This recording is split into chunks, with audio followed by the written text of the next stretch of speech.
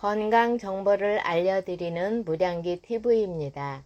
인체정화, 건강혁명, 스스로 고치는 몸 이야기. 5%는 의사가 고치고 95%는 내 몸이 고친다. 명예 한의학 박사 김세현. 마음의 독, 스트레스.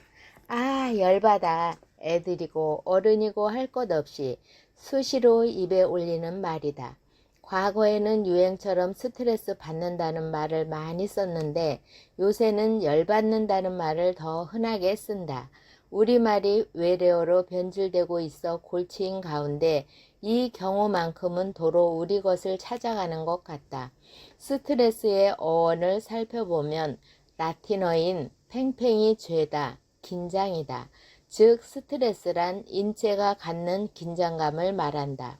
개중에는 좋은 스트레스도 있어 삶에 강한 동기부여를 하기도 하지만 일반적으로 스트레스는 부정적인 이미지를 지니고 있다.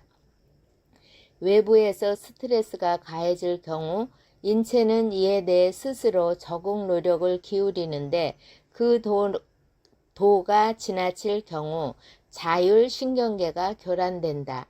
불안이나 우울, 무력감 등 처음에는 정신적인 문제가 발생하지만 증상이 심할 경우 신체의 질환으로 전이된다. 내과 입원 환자의 70% 정도가 스트레스와 연관되어 있다는 연구 결과가 있듯 스트레스는 신체 건강에 지대한 영향을 미친다. 장기간 스트레스를 받으면 자율 시스템의 교란이 오고 면역 기능이 떨어져 질환에 걸리기 쉬운 상태가 된다. 학계의 보고서에 의하면 신체 면역력의 60%가 장에서 만들어진다고 한다. 흔히 극도의 긴장감을 똥줄 탄다고 표현한다. 혹은 애간장이 녹는다고도 한다. 애간장이 녹는다는 것은 간과 장이 상할 만큼 스트레스가 극심하다는 뜻이다. 캐나다의 내분비학자 셀리는 유명한 생쥐 실험을 통해 스트레스와 장 연동 운동과의 연관성을 증명했다. 생쥐에게 먹이를 준 후 전기 자극을 주었더니 위장이 즉각 움직임을 멈추더라는 것이다. 개도 밥 먹을 때에는 잘 안 건드린다는 속담이 있다. 개도 밥 먹을 때 스트레스를 주면 소화불량에 걸린다는 말일 것이다. 스트레스로 인한 자율신경계의 습관적인 교란은 과민성 대장 증상으로 발전하기도 한다. 식사 후 복통을 느끼거나 복부 팽만감, 설사 등의 문제가 일어나면 과민성 대장 증상을 의심해야 한다. 과민성 대장 증상처럼 스트레스로 인한 장의 문제는 장의 문제로만 그치지 않고 순환계 문제로 이어진다는 데 사태의 심각성이 있다. 과민성 대장 증상에 걸릴 경우 가장 먼저 타격을 입는 곳이 혈액이다. 원래 혈액을 비롯한 체액은 약 알칼리성을 띠고 있어야 정상이다.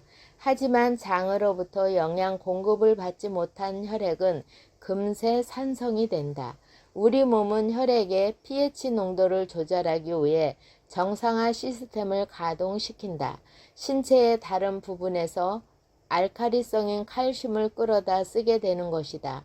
칼슘이 가장 많은 곳은 어디일까? 당연히 뼈다. 혈액의 칼슘을 빼앗긴 뼈는 골다공증에 걸린다. 우리나라 여성에게 골다공증이 많은 것도 스트레스로 인한 뼈가 약화된 것이 이유가 아닐까? 여기서 잠깐 생각해보자. 칼슘은 뼈에서 빼앗아 왔는데 마그네슘은 어디서 가져와야 할까? 미안하게도 우리 몸에 마그네슘이 저장된 곳은 없다. 이제부터는 골다공증이 문제가 아니라 근육에 지나친 수축이 문제가 된다. 수축이 경미할 때는 얼굴에 경련이 일고 다리에 쥐가 나는 것으로 그치지만 심할 때는 혈관이 수축되어 돌연사에 이르게 된다. 산업사회에 접어들기 전까지만 해도 사람들은 그다지 바쁠 것 없이 없는 생활을 했다. 세상의 변화가 적었기 때문에 새로운 일에 적응하기 위해 들이는 노력도 적었다. 하지만 현대 사회는 다변화 사회이며 정보가 넘치는 사회다. 버스를 타면 라디오가 켜져 있고 엘리베이터를 타면 광고 화면이 우리를 맞이한다. 듣기 싫어도 들어야 하고 보기 싫어도 봐야 한다. 스마트폰을 비롯해서 날이면 날마다 새로운 기기가 쏟아져 나오고 우리는 새로운 작동법을 익히느라 분주하다. 그야말로 현대인의 몸은 온갖 긴장 요인에 의하여 팽팽한 줄처럼 당겨져 있는 것이다. 우리는 사회를 벗어나서 살 수가 없다. 이 말은 스트레스 없이 살기 힘든다는 말이다. 과도한 스트레스는 자율신경 시스템의 이상을 일으켜 몸 전체의 밸런스를 무너뜨리는 결과를 초래한다. 흔히 의사들은 병의 원인이 분명하지 않을 때 신경성이다, 시민성이다 라고 이야기한다. 이 말은 단순히 육체에는 문제가 없다는 뜻이 아니라 마음의 병이 몸의 병으로 전도되었음을 뜻한다.